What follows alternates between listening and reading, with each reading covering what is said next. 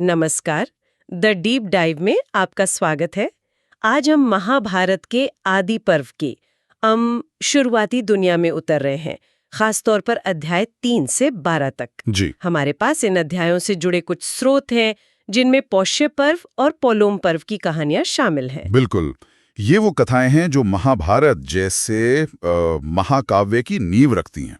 इनमें हम ऋषियों, उनके शिष्यों, श्राप, वरदान, देवताओं, नागों और हाँ, बदले की भावना जैसी कई चीजें देखेंगे। हाँ, ये सिर्फ पुरानी कहानियां नहीं, बल्कि मानव स्वभाव और कर्मों के परिणामों की दिलचस्प झलकियां हैं। हाँ, और आज हमारा मकसद है इन शुरुआती, थोड़ी कह सकते हैं जटिल लग सकने वाली कहानियों को समझना, उनके मुख्य किरदारों और घटनाओं को जानना, एक आम पाठक या श्रोता के नजरिए से। तो चलिए पौष्य पर्व से शुरू करते हैं।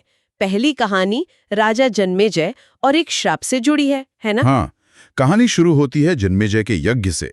वहां उनके भाइयों ने शर्मा नाम की देवश्वान, मतलब देवताओं की कुतिया, उसके पिल्ले को बेवजह पीट दिया। कि निर्दोष को सताने का परिणाम कितना गंभीर हो सकता है, खासकर अगर उसका संबंध दैवीय शक्तियों से हो। और इस श्राप से बचने के लिए जन्मेजय को एक पुरोहित की जरूरत पड़ी। बिल्कुल, वो ऋषि श्रुतश्रवा के पास गए और उनके पुत्र सोमश्रवा को अपना पुरोहित बनाया। दिलचस्प बात यह थी कि सोमश्रवा का जन्म एक नागिन के गर्भ से हुआ था और उनमें विशेष शक्तियां थीं। अच्छा, लेकिन एक शर्त भी थी, सोमश्रवा किसी भी ब्राह्मण की कोई भी याचना पूरी कर देंगे। ये शर्त ही कहानी में आगे एक अहम मोड़ लाती है। ठीक है। इसके बाद कथा गुरु शिष्य संबंधों पर आती है। ऋषि आयोधौम्य और उनके 3 शिष्य, इनकी कहानियां तो गुरु भक्ति की चरम सीमा दिखाती हैं। पहले आरुणि की बात करते हैं। हाँ, आरुणि को गुरु ने खेत की मेड़ ठीक करने भेजा। जब पानी नहीं रुका तो आरुणि खुद मेड़ में लेट गए ताकि पानी रुक जाए। सच में खुद लेट गए? हाँ, गुरु के बुलाने पर ही वे बाहर निकले।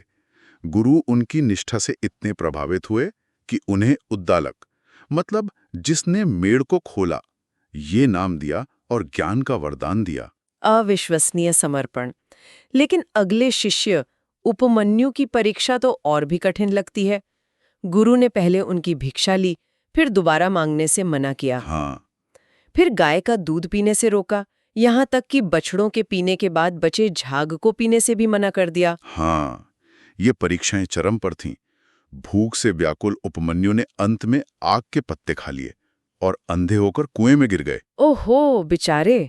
गुरु के कहने पर उन्होंने अश्विनी कुमारों, मतलब देवताओं के वैद्य, उनकी स्तुति की। अश्विनी कुमार प्रकट हुए और उन्हें एक पुआ, एक तरह का केक दिया। लेकिन उपमन्यु ने उसे खाने से मना कर दिया क्योंकि गुरु को अर्पित नहीं किया था, जबकि अश्विनी कुमारों ने तो यहाँ तक कहा कि उनके गुरु ने खुद बिना अपने गुरु को अर्पित किए ऐसा ही केक खा लिया था। बिल्कुल, पर उपमन्यु अपनी बात पर अड़े रहे। उनकी इसी अटूट गुरु भक्ति से प्रसन्न होकर अश्विनी कुमारों ने उनकी दृष्टि लौटा दी और ज्ञान का वरदान दिया।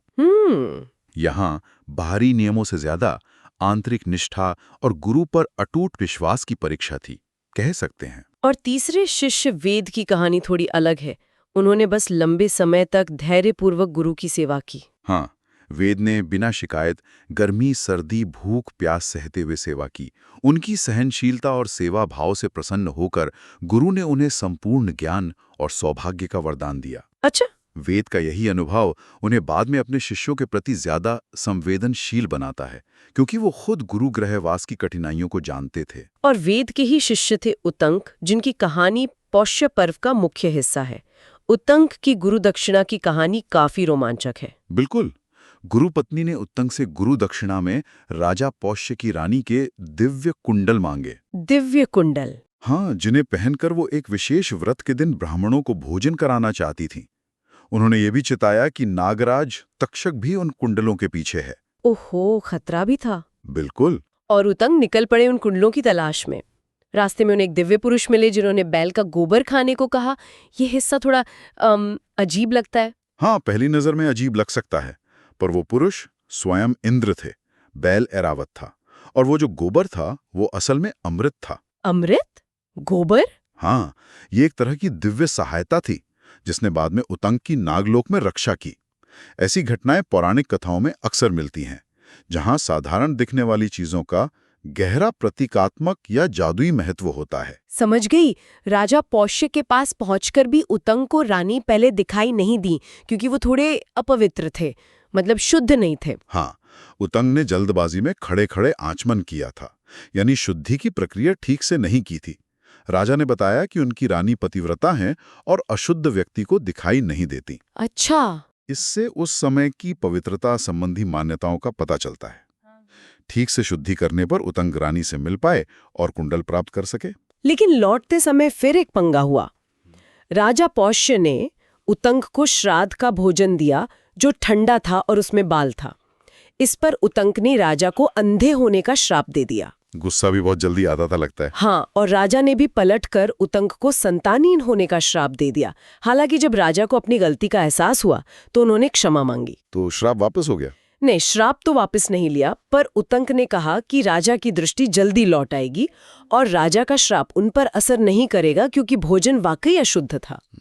ये उस समय ब्राह्मणों के श्राप की शक्ति और साथ ही क्षमा के महत्व को भी दिखाता है। इसके बाद शुरू हुआ असली ड्रामा, नागराज तक्षक का कुंडलों को चुरा लेना। हाँ, उतंग जब पानी पीने रुके तो तक्षक एक भिखारी का वेश धरकर कुंडल लेकर भागा और एक बिल में घुस गया। अच्छा, और उतंग ने पीछा किया? हाँ, पीछा किया। इंद्र ने अपने वज्र की मदद से उतंग के लिए नागलोक का रास्ता खोला। नागलोक? वहां का वर्णन भी बड़ा अद्भुत है। महल, नागों का संसार। और वहां उतंग ने एक रहस्यमय दृश्य देखा। 2 स्त्रियां करघे पर कपड़ा बुन रही हैं, एक पहिया घूम रहा है, कुछ लड़के हैं, एक घोड़े वाला पुरुष। ये सब क्या था? ये पूरा दृश्य प्रतीकात्मक था। वो 2 स्त्रियां थीं, सृष्टि और नियति, मतलब धाता विधाता। काले सफेद धागे दिन और रात थे। अच्छा। 12 आरों वाला पहिया वो वर्ष था। 6 लड़के 6 ऋतुएं थी। घोड़े वाला पुरुष वो इंद्र थे, या कह सकते हैं पर्जन्य, यानी वर्षा के देवता, और घोड़ा वो अग्निदेव थे। ओह, तो ये ब्रह्मांड की व्यवस्था और काल चक्र का चित्रण था। बिल्कुल। उतंक ने उस घोड़े वाले पुरुष की स्तुति की और उनकी मदद से तक्षक से कुंडल वापस लिए। हाँ, इंद्र ने उतंग से घोड़े यानी अग्नि में फूंक मारने को कहा। इससे निकले धुएं और आग से नागलोक जलने लगा और डरे हुए तक्षक ने कुंडल लौटा दिए। कमाल है। फिर इंद्र के उसी घोड़े पर सवार होकर उतंग पल भर में गुरु के आश्रम पहुंच गए, ठीक समय पर गुरु पत्नी को कुंडल देने के लिए। वाह, समय पर पहुंच गए। गुरु ने बाद में उतंग को उन सभी प्रतीकों का अर्थ समझाया होगा। बैल, गोबर, नागलोक का दृश्य। जी हाँ, सब समझाया। कहानी यहाँ खत्म हो सकती थी, पर उतंग के मन में तक्षक के लिए गुस्सा बाकी था। हाँ, क्योंकि तक्षक ने रुकावट डाली थी। बिल्कुल, तक्षक ने उनके काम में बाधा डाली थी। इसलिए उतंग हस्तिनापुर गए और राजा जन्मेजय से मिले। उन्होंने राजा को उकसाया कि वे अपने पिता परीक्षित की मृत्यु का बदला लें, जिन्हें तक्षक ने ही डसा था। अच्छा, तो ये वही परीक्षित है? हाँ, उतंग ने ही जन्मेजय को सर्प यज्ञ करने के लिए प्रेरित किया। तो उतंग का व्यक्तिगत बदला लेने का इरादा एक बड़े पैमाने के सर्प यज्ञ का कारण बन गया। यहाँ पौष्य पर्व समाप्त होता है। हाँ, और यहीं से कहानी पालोम पर्व की ओर मुड़ती है, जो भृगुवंश के इर्द गिर्द घूमती है। अच्छा। नैमिषारण्य में शौनक ऋषि के यज्ञ में सूची कथा सुना रहे हैं। ऋषिगण भृगुवंश का इतिहास जानना चाहते हैं। भृगु ऋषि की कहानी में भी एक राक्षस और अग्निदेव से जुड़ा एक श्राप है, कुछ ऐसा ही? हाँ, मिलता जुलता है। भृगु ऋषि की पत्नी पुलोमा गर्भवती थी। पुलोमा नाम का एक राक्षस, जिसका विवाह पहले पुलोमा से तय हुआ था, उन्हें उठाकर ले गया। राक्षस ने यज्ञ की अग्नि से पूछा कि पुलोमा वास्तव में किसकी पत्नी है। अग्निदेव धर्म संकट में फंस गए। झूठ बोलें तो पाप, सच बोलें तो भृगु का श्राप, पर अंततः उन्होंने सच बता दिया कि उनका विवाह भृगु से हुआ है। और सच बोलने पर भी अग्निदेव को श्राप मिला, ये कैसे हुआ? विडंबना यही है, जब राक्षस पुलोमा को ले जा रहा था तो गर्भ से शिशु क्रोधित होकर गिर पड़ा। उसके तेज से राक्षस जल गया। अच्छा। गर्भ से गिरने मतलब च्यूत होने के कारण बालक का नाम च्यवन पड़ा। भृगु ऋषि को जब पता चला कि अग्निदेव ने राक्षस को पुलोमा के बारे में बताया था, तो उन्होंने क्रोध में अग्नि को सर्वभक्षी मतलब सब कुछ खाने वाला होने का श्राप दे दिया। लेकिन अग्निदेव तो यज्ञ की आहुति देवताओं तक पहुंचाते हैं, वो सब कुछ कैसे खा सकते थे? यही अग्निदेव का तर्क था। वे रुष्ट होकर यज्ञों से अंतर्धान हो गए, जिससे सृष्टि में हाहाकार मच गया। फिर तब ब्रह्मा जी ने हस्तक्षेप किया और श्राप को संशोधित किया। उन्होंने कहा कि अग्नि का स्पर्श सब कुछ पवित्र करेगा और केवल कुछ विशेष रूप ही सर्वभक्षी होंगे, जैसे पेट की अग्नि। तब जाकर संतुलन बना और यज्ञ फिर से शुरू हुए। ये श्राप और उनके संशोधन की कहानियां दिखाती हैं कि कैसे संतुलन बनाए रखने की कोशिश की जाती थी। अब पोलोम पर्व में रूरू की कहानी आती है, जो भृगु के वंशज थे। हाँ, रूरू जो प्रमति के पुत्र थे, प्रमद्वरा नाम की कन्या पर मोहित हो गए। प्रमद्वरा गंधर्व विश्वावसु और अप्सरा मेनका की पुत्री थीं, जिन्हें ऋषि स्थूलकेश ने पाला था। दोनों का विवाह तय हो गया। लेकिन विवाह से ठीक पहले प्रमद्वरा को सांप ने डस लिया और उनकी मृत्यु हो गई। ये तो बहुत दुखद हुआ। अत्यंत दुखद। रूरू गहरे शोक में डूब गए। उन्होंने अपने पुण्यों का वास्ता देकर प्रमद्वरा को जीवित करने की प्रार्थना की। तभी एक देवदूत प्रकट हुआ और कहा कि यदि रूरू अपनी आधी आयु प्रमद्वरा को दे दें तो वो जीवित हो सकती है। और रूरू मान दे, अपनी आधी जिंदगी दे दी। तुरंत, बिना एक पल सोचे। प्रेम और त्याग का ये एक अद्भुत उदाहरण है। सच में। धर्मराज मतलब यमराज, उनकी अनुमति से प्रमद्वरा रूरू की आधी आयु लेकर जीवित हो उठी। उनका विवाह हुआ। लेकिन इस घटना ने रूरू के मन पर गहरा असर डाला। कैसा असर? उन्होंने सर्प जाति से बदला लेने की प्रतिज्ञा कर ली।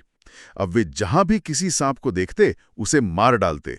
उनका दुख अब क्रोध और प्रतिशोध में बदल गया था। ओह, लेकिन फिर उनकी मुलाकात एक ऐसे सांप से हुई जिसने उन्हें अहिंसा का पाठ पढ़ाया। ये कैसे हुआ? हाँ, एक दिन उन्होंने एक डुंडबु जाति के विषहीन सांप को मारने का प्रयास किया। उस सांप ने उन्हें रोका और बताया कि वो वास्तव में सहस्रपात नाम का एक ऋषि है। एक ऋषि सांप के रूप में? हाँ, जिसे उसके मित्र खगम ने मजाक में डराने के कारण सांप बनने का श्राप दिया था।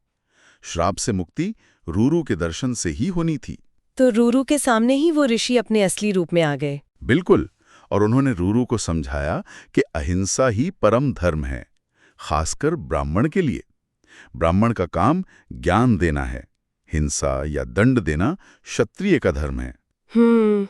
ऋषि ने रूरू को जन्मेजय के सर्प यज्ञ और आस्तिक द्वारा सर्पों की रक्षा की कथा सुनने को कहा। ये तो बड़ी विडंबना है।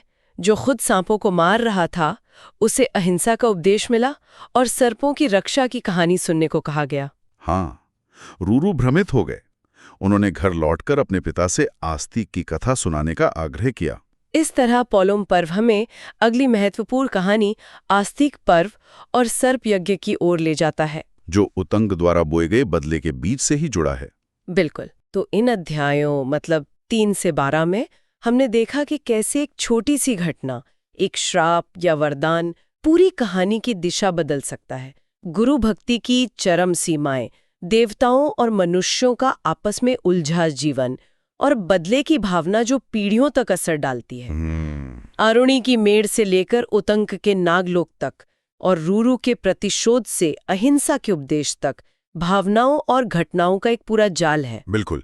ये कथाएं सिर्फ रोमांचक किस्से नहीं हैं। ये हमें सोचने पर मजबूर करती हैं।